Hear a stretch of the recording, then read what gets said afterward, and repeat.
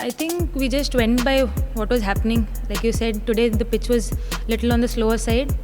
We knew that we couldn't start off as freely as we could because it was a little on the slower side. So the plan was for the openers to see it off and see how the wicket is playing, and then finish accordingly. It's been a long time, 4 years, but again, honestly, with me right now, the focus is to do well for the team.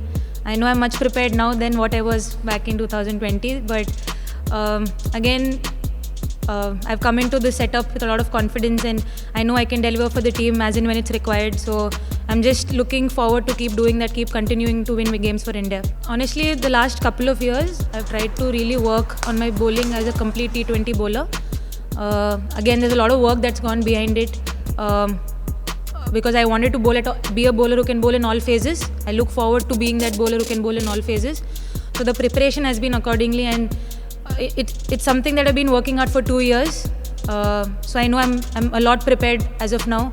Like I said, I know I'm confident enough that I can deliver for the team as and when it's required. We understand net run rate is important, but also winning the game is all the more important for us. Like you said, again, net run rate will be in play, especially in this group. Honestly, today the wicket was playing a little slower, so obviously the batters could not.